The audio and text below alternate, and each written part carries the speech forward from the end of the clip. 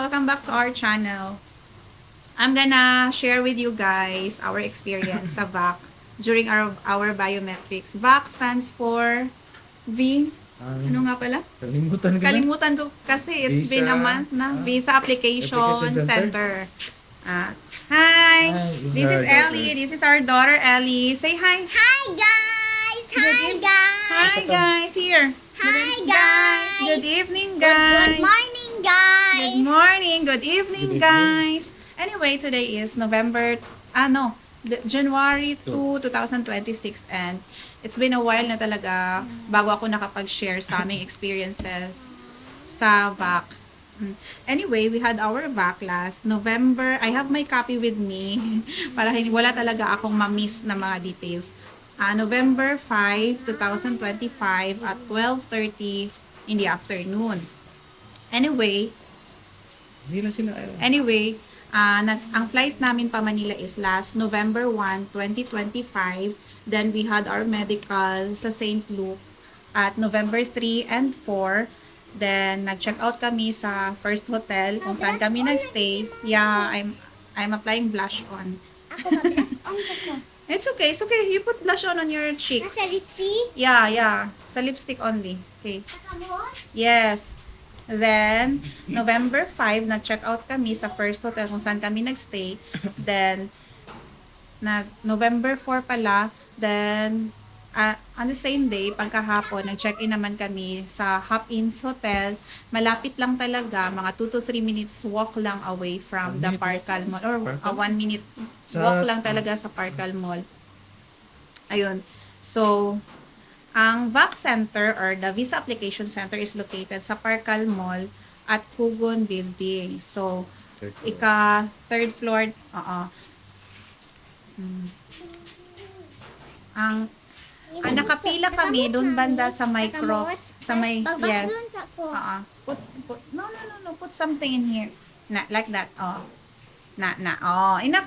Put it back na. Then, sa Crocs banda na store, doon sa gilid, doon na kami nakapila. Anyway, we had our schedule at 12:30 in the afternoon. So, around 12, nag-approach na yung assigned guard sa amin na pwede na kaming pumila doon sa lane. So, naglagay na rin siya ng post na for 12:30, start fall in line na kami. So, while having our lines, mataas ang pila, mga 20 plus applicants yata kami, including the dependents. So, pagka 12:10, tuloy-tuloy na ang pasok namin doon. After nag-check ng security guard, like this, eyeshadow. After chinek ng security guards ang mga documents namin. Pinag-proceed na kami doon sa building mismo kung saan yung Visa Application Center na room.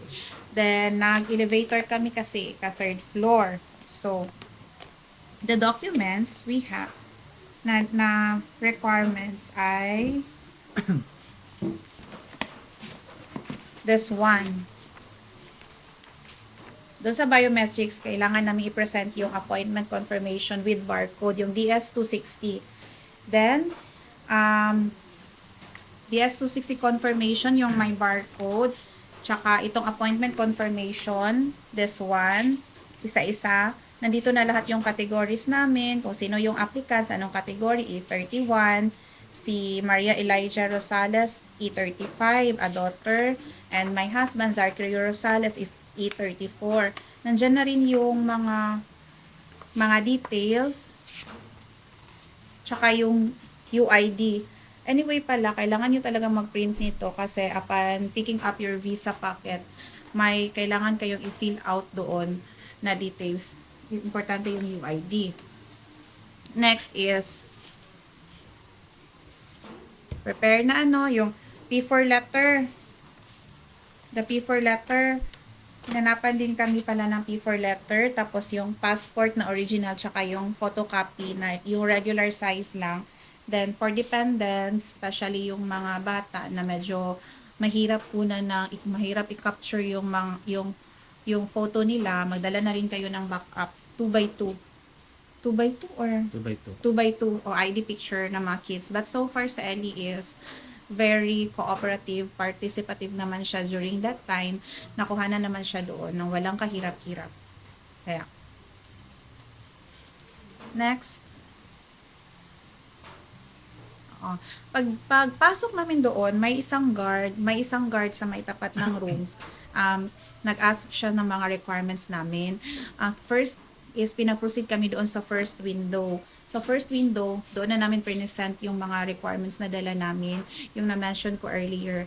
Then, yung passport namin, isang passport namin, may nilagay na sticker sa likod na may barcode. May barcode. Ayun, sa aming tatlo.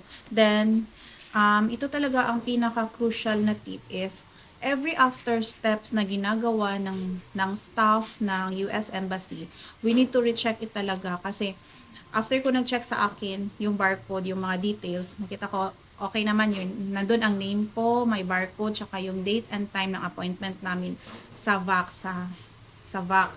Then, check ko sa asawa ko, okay naman, walang mga errors. Then, yung sa anak ko kay Ellie, pag check ko sa kanya, ibang name rather ang nakalagay sa kanya, ibang sticker, ibang time, and the other details. So, sinabi ko sa kanya, ma'am, sinauli ko yung passport ng anak ko, ma'am, I think there's a mistake sa paglagay po ng passport. This is not my daughter's detail. My daughter's name is Rosales Maria Elijah, 6 years old, born on July 7, 2019. Tinignan niya, tsaka nag-apologize naman siya, nagpasensya siya. And then I said, okay ma'am, it's okay ma'am, normal lang po talaga yung magkamali, especially na ang dami naming applicants. So, kinuha niya ulit yung sticker, binalik niya yun doon sa lagayan niya, then hinanap niya yung details na Ellie din doon. After doon, binalik sa amin yung passport namin, tsaka yung mga requirements. Then, pinag-proceed na kami sa mga windows kung saan yung biometrics at saka yung photo capturing. So, nauna ka, di ba? Oo, nauna. Nauna ka. Tapos, anong ginawa mo doon? Yun, yung binigay ko lang yung passport. Passport, tsaka Saka yung DS-260 ba yun? DS-260 confirmation Confirmation. page. Yung may Tapos tinanong niya lang kung parang verification. Kung tinanong lang niya kung when yung interview date ko. Parang verify lang ba na alam mo. How about yung employer's details ko? Wala na. Wala nang tinanong Wala. sa'yo as a dependent. About sa personal details, no? Pangalan at birthday. Birthday, what else? Wala na. No, wala na. So, ayun. Pagkatapos mo, mag-biometrics, Antay na mga few minutes o seconds lang. Madali lang naman. Pangingin code lang yata. tapos, Okay exit na. Exit na. Okay. Pero hinintay mo pa kami, 'di ba? Ano pinalabas na ako. Pinalabas ka na agad. Doon ako sa Then, labas anong sa labas. binalik sa'yo na Yung document? Para alam nila kung ano para Passport. ma-anticipate Yung ng passport, siyempre. Passport lang naman ata. passport, tsaka yung DS-260 DS-260, form. oh. Kasi sa DS-260 form, mag-note sila doon, magtatak sila ng completed, tsaka may Oo, date tama. and time, tsaka initial signatures nila.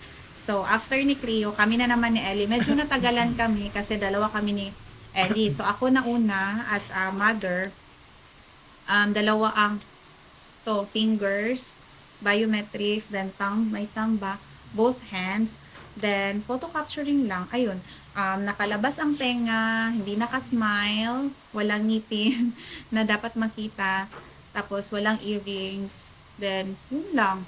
After Walang nun, glasses. walang glasses kasi we are wearing Basic glasses lang, that basic time. lang. Basic lang talaga na photo documentation. Afterwards, tinanong ako about my employer, anong state ako ma-assign, anong facility, tapos, ano pa ba, saan email yung green card.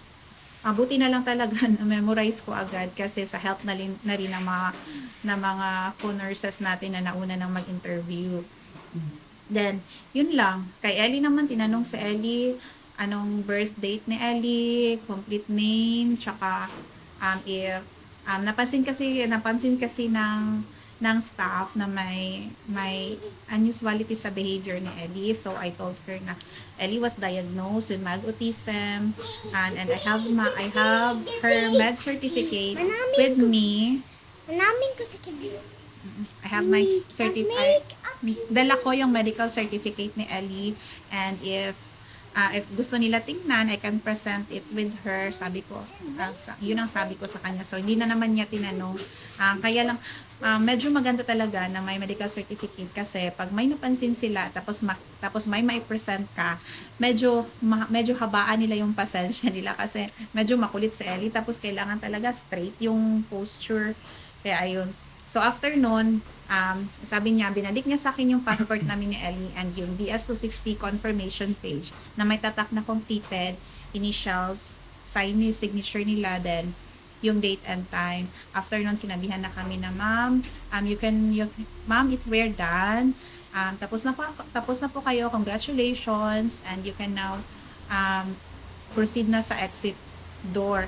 And doon sa exit door, may security guard na nakaabang talaga doon. Tapos sinabihan na kayo, ma'am, dito lang kayo. Then, yun lang po. After nun, tapos na. Anyway, pag may mga gamit pa lang dala, pwede na may mapag-iwanan naman doon sa baba, sa gilid lang ng Crocs store. Tapos 150 pesos yata yun, may locker doon. Pero hindi na kami nagdala ng maraming dalahan kasi bawal ang cellphone, bawal ang money, tapos bawal ang smartwatch, yung mechanical watch lang talagang allowed nila.